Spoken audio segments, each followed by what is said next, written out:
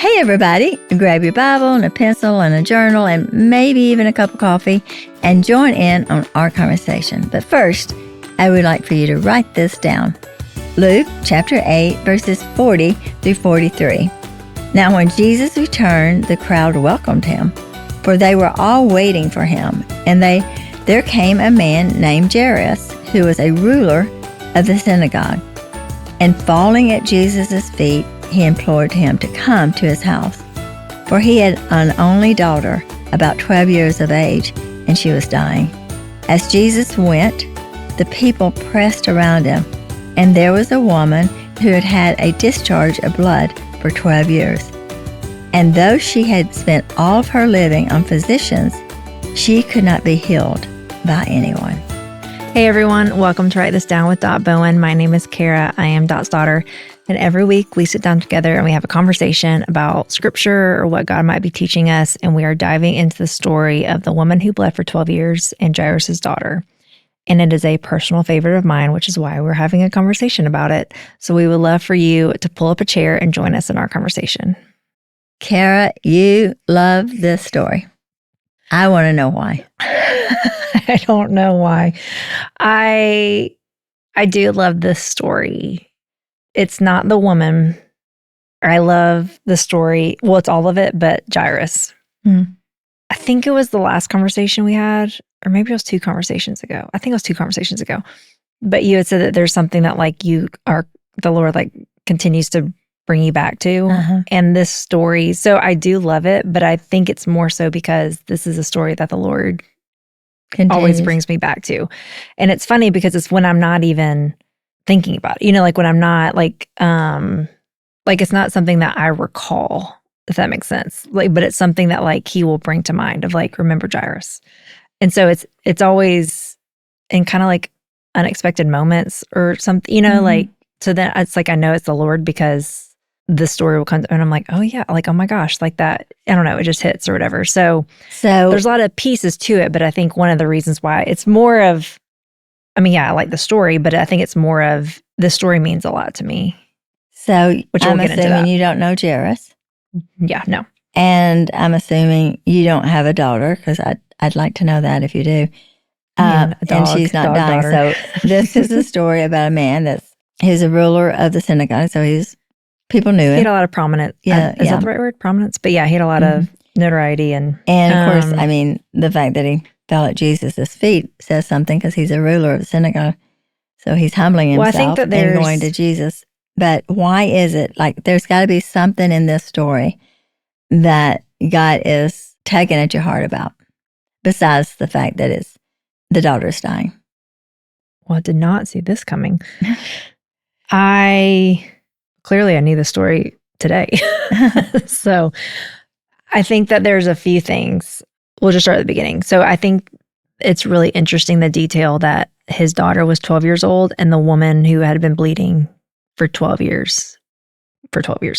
So I do not think that is by coincidence. I don't think that there's importance in the number 12 necessarily, but I think the fact that his daughter was 12, I think that there's a connection between the two, the woman and the daughter. So, because they were both she had been bleeding for 12 years and the daughter was 12 years old. And both Jairus and the woman, they were desperate.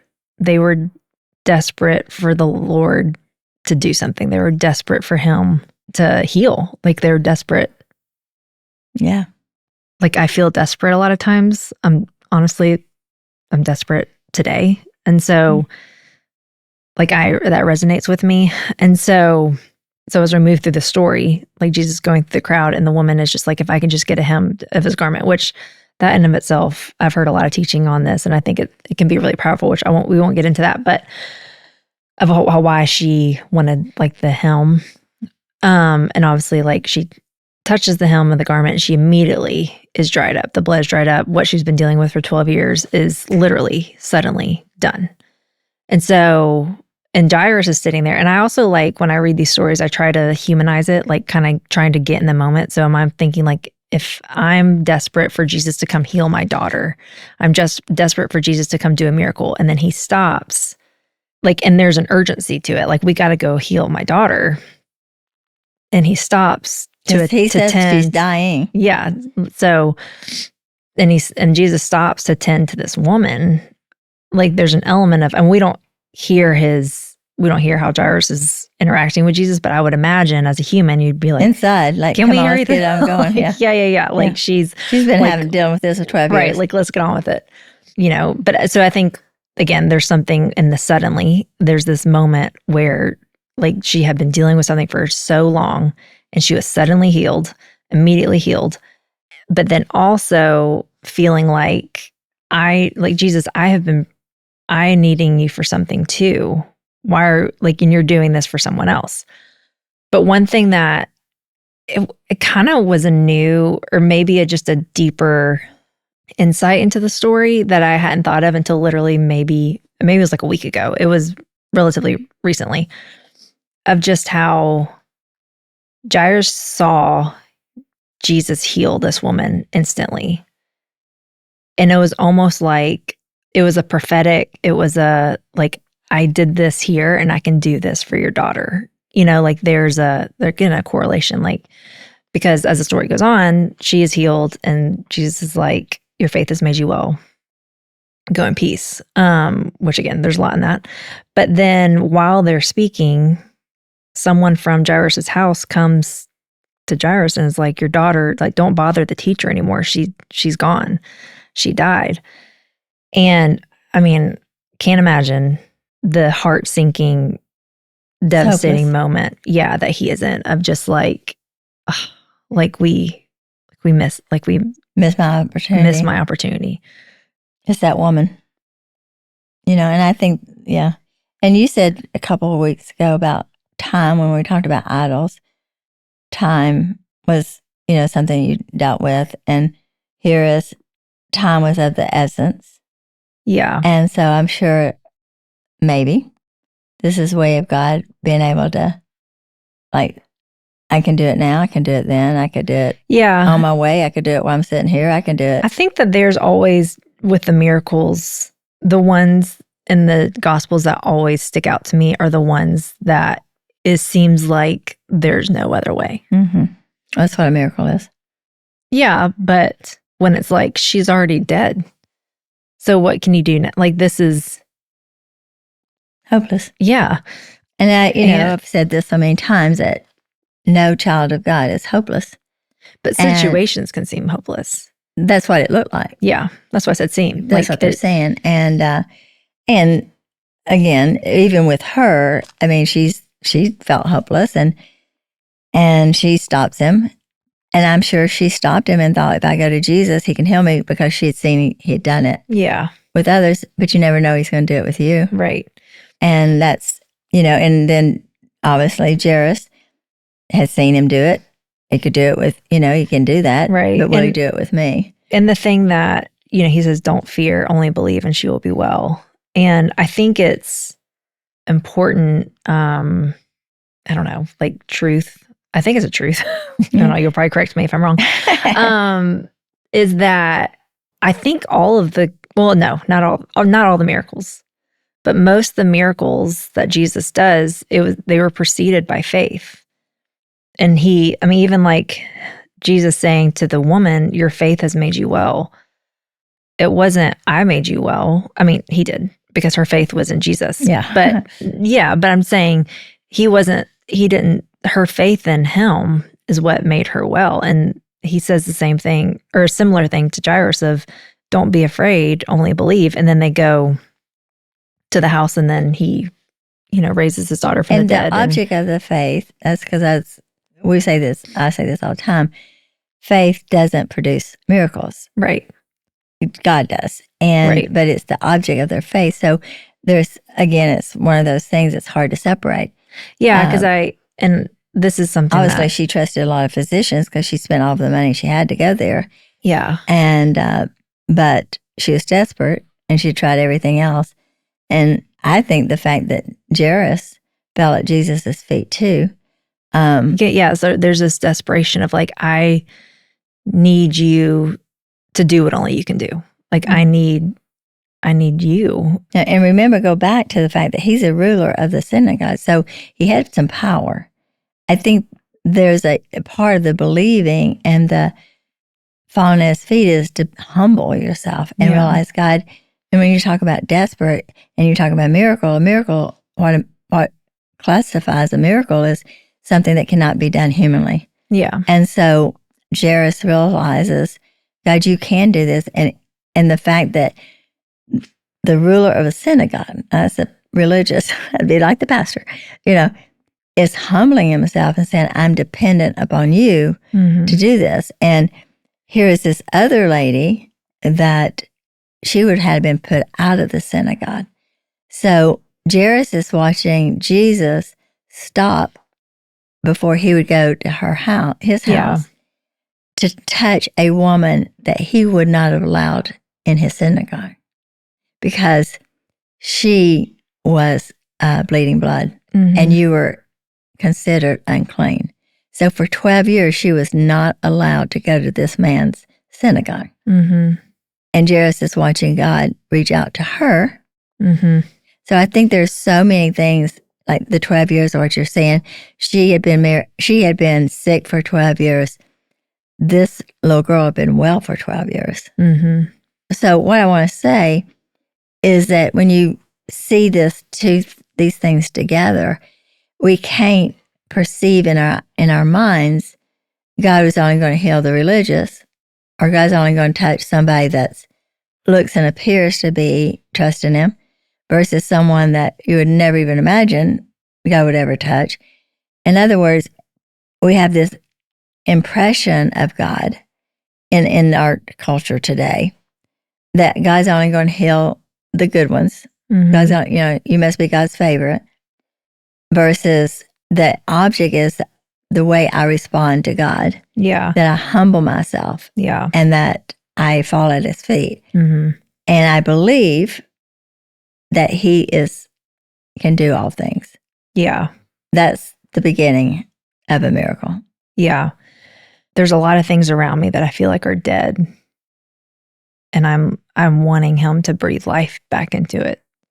And so it's probably why it sticks out to me, because sometimes I feel like, Jairus, where I'm like, can we, like, either like this thing is dying or it is dead. Like there's no shattered dreams. Like there's no way that this could be. And I thought we were on our way to do this. I thought like we were walking, like you were coming with me. Like this was all like we were on our way. And while we were on our way, it all fell apart. Well, God brings back to life what will bring him the most glory. I think that when Jesus was here, there, walking, and people were laughing at him, people didn't know who he was, his whole purpose for coming was to show the world that there is a God. And the religious people, the ruler of the synagogue, needed to know that. And so was this lady that was considered an outcast, needed to know that. Everybody needs to know that there is a God. And often as you're on your way, feeling like I'm walking with God and I'm trusting God, you're walking along your way with God and God stops. And I think what he would say, do you believe I'm God? Do you believe that I'm capable of doing it? And Ron Dunn, I love Ron Dunn, and he's with Jesus, been with Jesus forever. It's been a long time since he's been with Jesus, but he wrote a book and it's called Will God Heal Me? And he starts out, I know God can. That's the hardest but thing. Will he? Yeah. And the fact that he can is like, oh yeah, I know God can, but I know he won't. He will for everybody else, but he won't for me.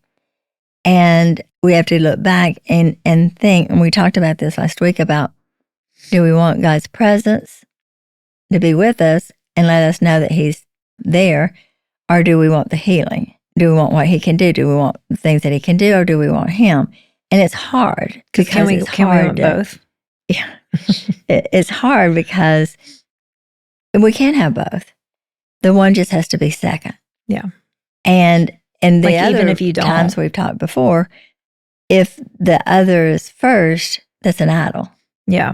So those are the kind of things that's really hard. And And it's not because God is like, you've got to get this together or you've got to be perfect, because none of these. That's why I think the lady that was, how that's connected with the two of them is the fact that one was kicked out of the synagogue, the other one's the ruler of it. So it's not like I've got my favorites here and I'm only going to do God, I'm only going to do a miracle for certain people. I think what God is saying here is... Well, I think too, like he did a miracle for both of them. He did. For the girl and the woman. Right. And that's what I'm saying. It's not about that. Yeah. It's about, in my opinion, of what, based on all of Scripture, and certainly he said this at his baptism, and he said it at Lazarus' death, resurrection, death. I'm praying for Lazarus so that the other people will know that I'm God. Jesus came to show us that there's God. And I think that's what a miracle is. So as, we're doing this, it's like, you need to know, whatever you're praying for, that God has given it to you. Yeah. And so often we think that we get things because of all the things we've done for God. And, and putting all your, making sure all my, as much as I know I've done all the right things, now I believe that God's going to do it. Yeah. So basically what you're saying is all of those things that I feel like I'm doing, and I'm not saying you're not because there's an element of obedience 1,000%. He rewards. Right. Yeah. But when that becomes the emphasis of me believing God, then that's where it's switched. Yeah, it's like, I tell myself a lot, it's in Daniel, but when they're in the fire, when they're in their furnace, and they said, I know my God can deliver me from this fire, but even if he doesn't, he's still God. I'm still going to trust him. I'm still going to worship him. And so I tell myself that, like, anytime I'm desperate before him, I'm falling at his feet, being like, can you please resurrect this, bring this back to life, or please heal this.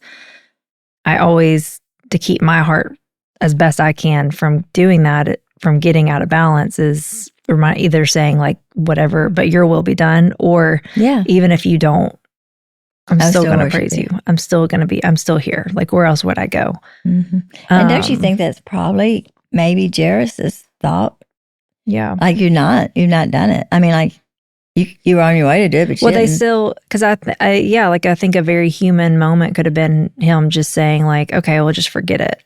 Like he could have, Jesus said, don't fear, believe, and she'll be made well. But he could have responded, been like, just forget it, Jesus, like she's dead. And then left, could have. Yeah, because Jairus wasn't there. He didn't know that he had healed him until he got there. No.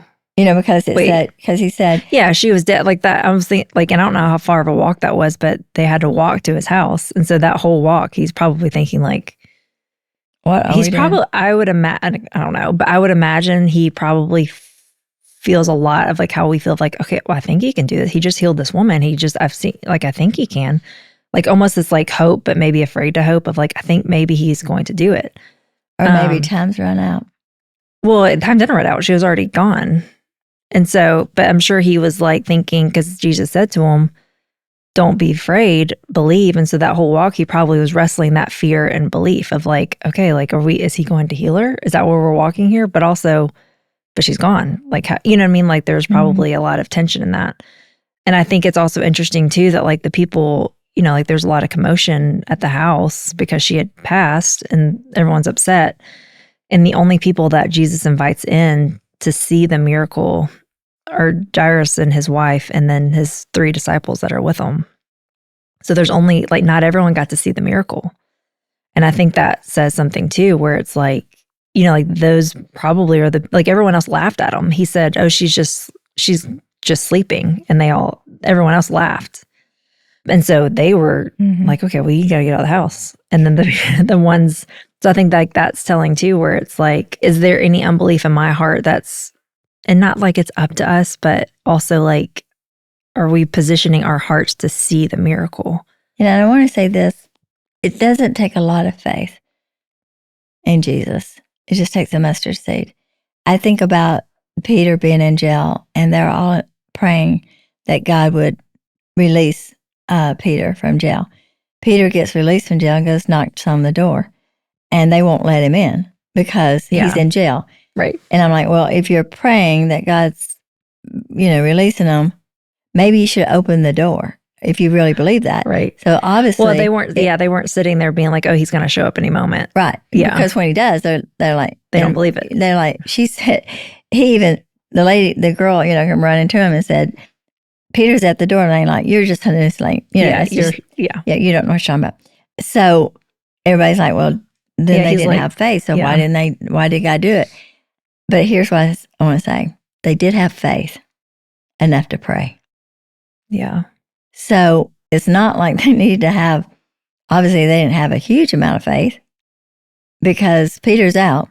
Yeah. But Peter's out because it was God's will that Peter's out.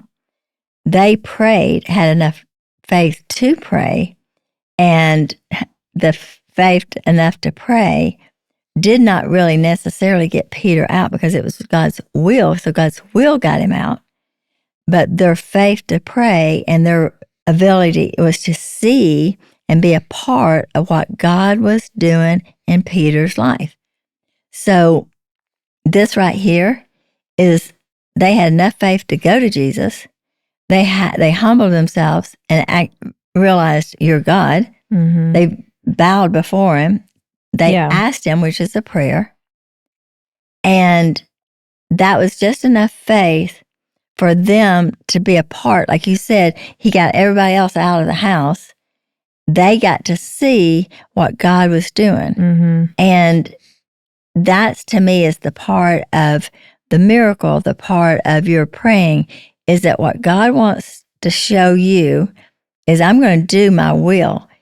And what is the greatest thing is you get to be a part of it by seeing it.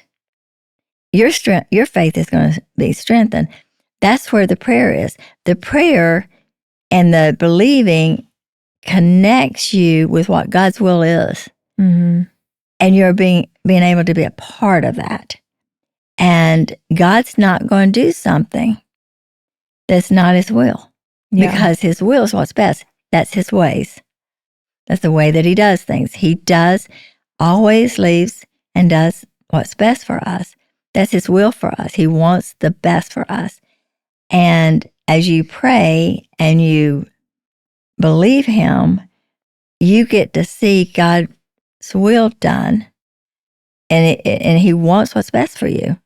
So I just think that as we talk about this believing and trusting God, it doesn't take a lot, just enough to say, I'm going to pray. Yeah. Well, like even the woman, she was like, if I could just touch the hem of his garden, I don't his garment. Did I say garden?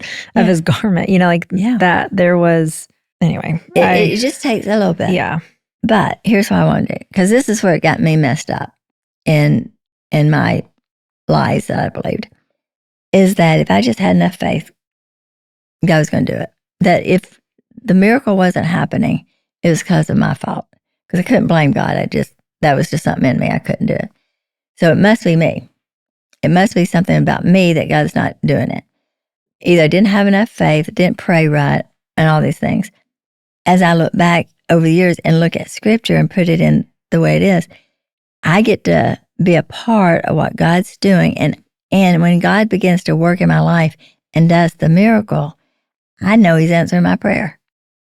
I get to be a part of that. And so my faith is strengthened, and I'm beginning to see God in a whole different new way. And you told me this the other day, you're like, I realize I'm changed. There's so many different things. Otherwise I would have been feeling hopeless. I don't feel like hopeless, and you're seeing God's change. That's part of God's will for you. And to be able to say, I know this has happened to you, it's happened to me. You're praying about something and you find out God's done it or working in it. And you're like, oh. Yeah. I was able to pray about that. Which I think that's sometimes I get scared to ask because I don't know if it's his will. So it's like, I don't want to ask and then I get let down.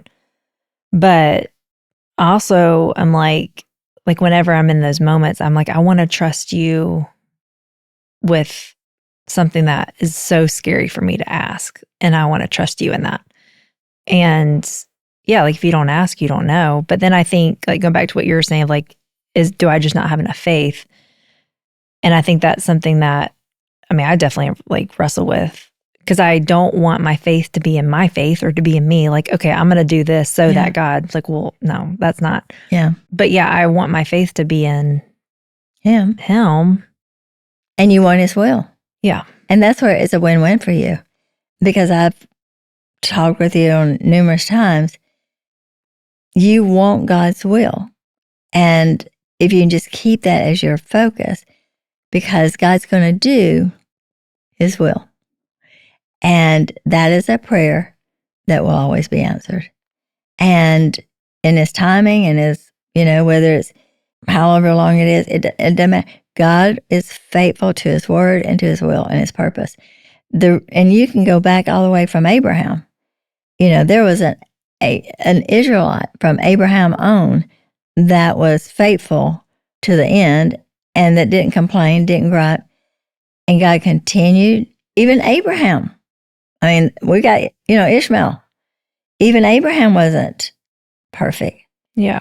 But God was faithful to his promise to Abraham. Yeah. I'm going to make you a father of many nations. God's will always be performed. Well, and I think too, like with these two situations, if she hadn't have been bleeding for 12 years, would she have been so desperate and then in what she experienced? I mean, I don't know how she spent the rest of her life, but I guarantee you she followed Jesus. She was probably at the cross. I bet she was, because if she hadn't have experienced it in that way. And same thing with Jairus, and that, like, if his daughter hadn't have died when she died, maybe he wouldn't have gone to her beforehand. Like maybe, so again, the timing of it all, like maybe all those timing was, for all of the, 100%. I believe that. It's hard to like hold on to that when you're in the middle of it, because like Jairus, like when he's in the middle, like when he literally was just told that his daughter, she's gone, there was a process that he had to, like that was probably the longest walk of his life. Yeah, like, that, yeah. Even if, regardless of how far it was, wondering like what is about to happen. Like, why did I even, I don't want to go and see my daughter dead. Yeah, yeah. Like, are we just going to go bury her? Is he going to, like, what does he mean she's going to be well? Like I can't imagine. And, a lot of times a lot of people, like even, when he talked to the disciples about dying, even with, Mary Martha, like, I am the resurrection life. I know when it, I know that the end of the years, end of the world and all that. They had their, theology there. And God's like, no, I am the resurrection. I'm about to do something you won't believe. But again, that was God's will. Yeah. And I think for us, as you're praying and trusting God, I think it is important. Like, am I trusting you, God? Am I believing that you can? And do I believe that you will? And he will, if it's his will and best for you. God is never, ever going to do something and give you anything that would have destroyed you. He just wouldn't.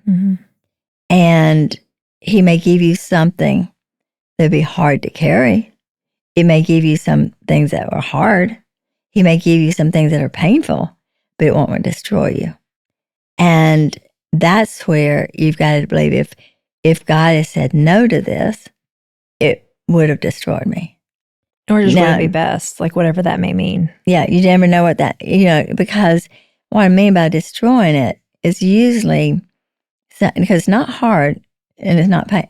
God will give you something hard and God will give you something painful because it causes us to be desperate for God. But if it would be something that would eventually take you away from God altogether, he would not give it to you. And you don't know that because we always sit around and go, nothing would keep me from God. You don't know that. And I don't know that, but God does. And so that's where I think when I look back at all the things that I've always asked God for, and he said no to, and that's an answer to prayer, and he said no to, I look back and I thought, that would not have been good in my relationship with God. And he considers that the most important of all your relationships. And so I think that as you're trusting God or you're looking and praying for God and asking God for a miracle if you need one, we all need one, is to sit back and just go, God, do I believe that you will always do what's best for me? And at that moment, and at that time where Jesus was, it was best for the woman to be well, and it was best for Jairus' daughter. And I think God wants to give you his best. I think he wants to answer your prayers. I know that. And I've been praying alongside of you on a lot of things that you're praying for. I believe with all my heart that this is not an issue of does God want to? He wants to always give us his best. We just happen to not know what that is. But we can go to the one that does. And that's exactly what they did. They went and they fell at his feet. And they didn't tell him all the spiritual language we all tell, like, God, we want to praise you, we want to thank you, all the prayers of adoration and then supplication, they went straight to the point. And I think that's what I hear you saying, is that I'm believing God enough just to even ask him. And I think that's what we should do. Just ask.